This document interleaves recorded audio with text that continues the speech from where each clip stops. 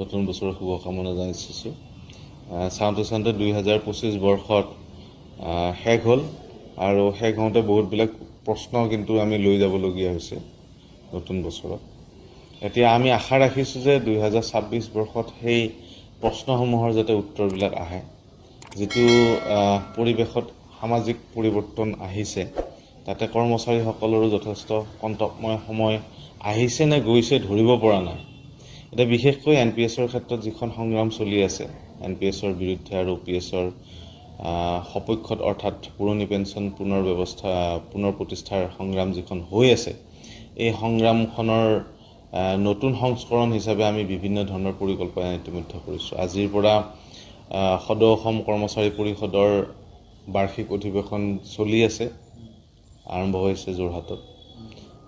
যদিও মই প্ৰত্যক্ষভাৱে সংস্থাটোৰ লগত জড়িত নহয়, কিন্তু আমি আশা ৰাখিছোঁ যে আজিৰ পৰা আৰম্ভ হোৱা এই অধিৱেশনে NPSৰ বিপক্ষত স্থিতি লৈ কৰ্মচাৰীসকলৰ ক্ষেত্ৰত যি OPS প্ৰতিষ্ঠাৰ বাবে সংগ্ৰামখন চলি আছে, এই সংগ্ৰামখনত চৰকাৰী যন্ত্ৰটো যিহেতু তেওঁলোকৰ, আমি শুনিছোঁ যে তেওঁলোকৰ অধিৱেশনত অসম চৰকাৰৰ মুখ্যমন্ত্ৰী বা আন মন্ত্ৰীসকল বা অসম চৰকাৰৰ বিভিন্ন বিষয়ববীয়াসকল তাতে উপস্থিত থাকিব।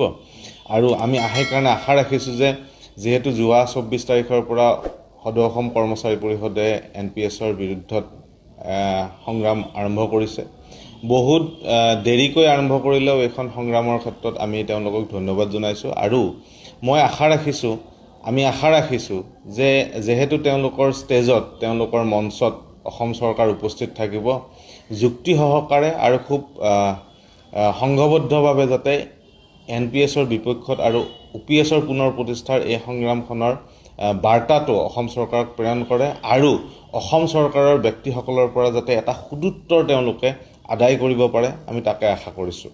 কাৰণ যোৱা 2005 চনৰ পৰা যিটো অসমৰ কৰ্মচাৰীসকলৰ ক্ষেত্ৰত প্ৰযোজ্য আছিলে, তাৰ বিপক্ষে যিটো মাত মাতিবলগীয়া আছিলে, কৰ্মচাৰী পৰিষদৰ বা সংস্থা সংঘ বহুতৰে মাত আমি দেখা নাছিলোঁ। কিন্তু যিয়ে নহওক, দীঘলীয়া হ'লেও এই সময়খিনি ইতিমধ্যে পাৰে হ'ল। গতিকে আৰু এটা কথা, এইখিনি সময়তে যদি অসমৰ কৰ্মচাৰীসকলে যদি এক হৈ বা কৰ্মচাৰী পৰিষদৰ পৰাই যদি জোৰদাৰভাৱে এই দাবীটো প্ৰক্ষেপ নকৰে অসম চৰকাৰক, তেতিয়াহ'লে হয়তো আমাৰ এই সংগ্ৰামখন যথেষ্ট কষ্টকৰ হ'ব আৰু বহুত ব্যক্তিয়ে OPS নোপোৱাকৈ অৱসৰ পাই যথেষ্ট তেওঁলোকৰ অসুবিধা হ'ব জীৱন ধাৰণৰ কাৰণে।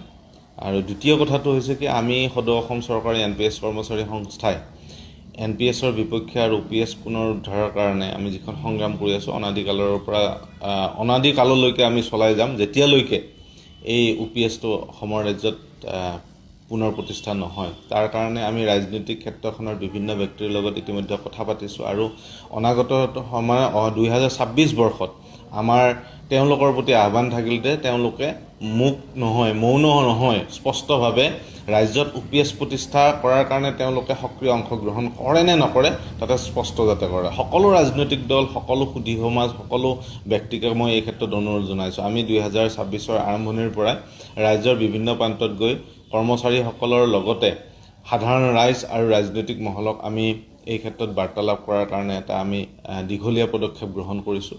আৰু কৰ্মচাৰী পৰিষদৰ আন্দোলনৰ মাজে মাজে আমাৰো আন্দোলন চলি থাকিব।